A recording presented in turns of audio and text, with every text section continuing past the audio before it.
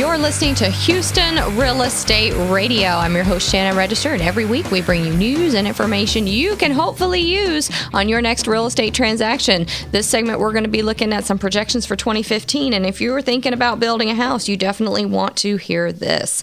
Lots of good information for you. We're talking again with Bob Denk. He's the Assistant Staff Vice President for Forecasting and Analysis at the National Association of Home Builders, and we've talked to him in the past. Every year we like to find out how the year wrapped up and get some projections for the next year. So, Bob, welcome to the show. We appreciate you calling in. Thanks for having me. So you've developed economic models and nationals of different areas across the nation, a lot of metropolitan areas, and you've been in Washington for over 20 years, so you really know what's going on nationwide. So we really like to find out from your perspective, kind of the top down, looking down here on the country, what are you seeing going on in the national housing market? Well, let's start with the big picture. We've been through a colossal boom and bust cycle.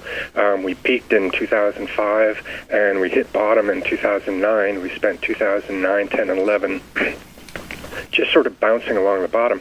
But 2012 and 2013 were good years for recovery. Unfortunately, the interest rate spike that we saw in the summer of 2013, followed by the very harsh winter, actually put the brakes on the recovery in the first half of 2014. We didn't lose a lot of ground, but we didn't gain much either.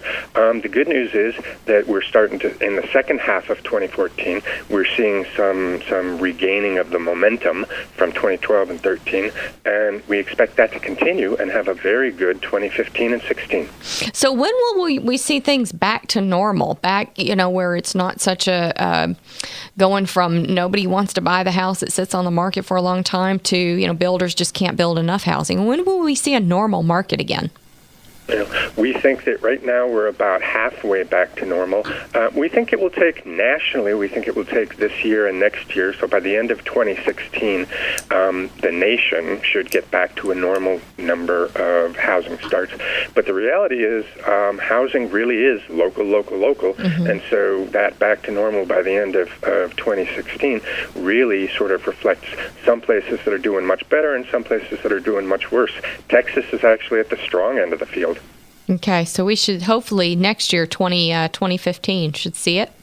Yes, we think that 2015 will make Texas one of the states that are back to normal. Okay. Very few can say that, and we think that Houston is actually going to be a big part of that success. Houston is about a third of all the housing starts in Texas, and it's actually having a stronger housing market recovery than we're seeing in some of the other big markets. They're doing better than Dallas, Austin, San Antonio, so Houston is really doing well. Good. That's good. We know Houston's the place everybody seems to want to live. Everybody's moving our direction, it seems like.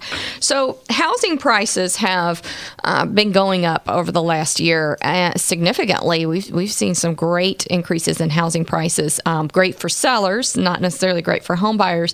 But with that comes a lot of increase in property tax values. We have seen property taxes going up just recently in October when we received our new tax bills.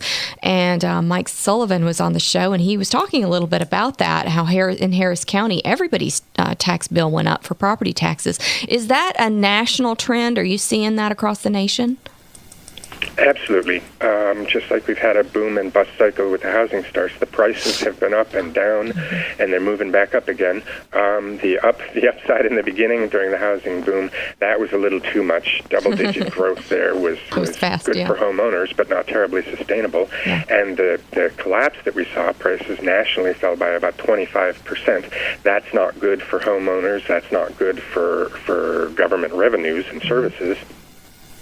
But the improvement that we've seen beginning in 2012, prices have flattened out and have been moving up in the right direction. That's good for homeowners. It's good for local governments that rely on tax revenues, property tax revenues.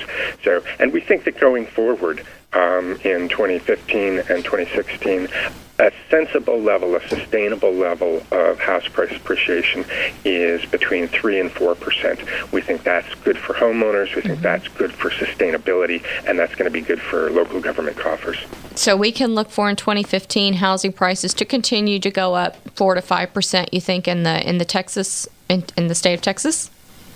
Yeah, very much so. Yes, that's a good. The double-digit increases that we had been seeing were sort of unsustainable and got us into trouble. We think levels in the low single digits, 3, 4, 5%. That's going to be nice, healthy, sustainable growth. Okay. All right. Well, that sounds good. We're talking with Bob Denk. He works for the National Association of Home Builders, and so giving us more of a national perspective and a statewide perspective on what's going on in the housing market. Houston really doesn't Houston lead the state in new home starts? Absolutely. Houston is about back to about 80% of normal. I said nationally we're at about halfway back to normal. We're about 80% back to normal in Houston. A good, healthy number of housing starts, single-family housing starts in Houston is probably about 50,000. We're at about 40,000 now, and the rest of the year looks promising. 2015 looks equally promising. I think that the Houston market will get back to that 50,000 point by the end of next year. One of the things that I'm hearing some rumblings and grumblings about is the oil prices. What do you think, or how do you think the oil prices are going to affect housing? I mean, it doesn't sound like we're going to have any issues with housing in 2015, but if oil prices continue to go down, what kind of effect will we see? Well, the energy boom has been very good for energy economies, and that's certainly Texas. It's been very good. It's created a lot of jobs. That's good for the housing market. We've seen prices coming down lately, but I think that most analysts are expecting prices to level off probably around $70 or $80 a barrel, and that's not really going to put a big hit on the booming energy industry that we've seen. So as long as the energy industry sort of stays steady, continues to grow, and we think that will happen, that will be very good for the housing markets going forward. Well, that's good news. That's good to hear, because I know some people in Houston are starting to hear some rumbling that they're concerned that there will be some job loss going on if the oil prices continue to go down. So hopefully we won't have anything to worry about with that. I think that's true, and that's absolutely right. The job growth is a key driver of the housing market. So it's the underlying economy that's really going to make or break the housing market recoveries over the next 2 years. States with the strongest underlying economies are doing the best. States with the weakest underlying economies are still struggling in their housing recovery. A couple of things that we've had issues with here locally. One is the building materials, the availability of the building materials, and the pricing increase. We've got so much road construction going on that's sucking up a lot of our concrete, and then a lot of the people who work in the housing industries are being pulled into commercial jobs. What are you seeing in Texas especially, but even across the nation, in regards to material issues and labor force issues in the new construction market? Material prices have been an issue in the past. They're starting to ease, and labor shortages, skilled labor shortages, have been sort of the big issue lately. That's what we've heard from our members. Both of them sort of have the same underlying explanation. During the housing bust, we spent 5 years with very little housing, home building going on, prices were coming down, land development dried up. The entire sort of infrastructure, the supply chain, really withered. What we're seeing now as the housing recovery sort of gains momentum is that reduced infrastructure is really being strained. That has caused some increases in material prices because everybody's working at half capacity. Yep. And the other thing is the labor shortages. A lot of guys who used to be plumbers, electricians, and contractors had to go find work elsewhere. I say that the housing recovery is halfway back. What we really need to do is lure those workers back into the sector, and they're going to hang on to their current jobs until they believe that housing really can provide the sort of full-time income that they were used to getting. Yeah. That's been a struggle. We expect that to be sort of a push and pull, tug of war over the next couple of years, but it has definitely been an issue, and our members have been telling us about it.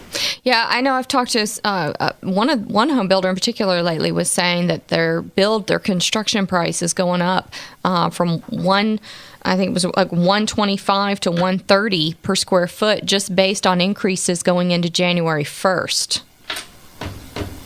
Yes, the key ingredients that we've seen really jump up in prices is framing lumber and plywood and OSB-oriented strand board. It's a plywood-like product. It's the sheathing, it's the flooring, and also the gypsum prices, drywall.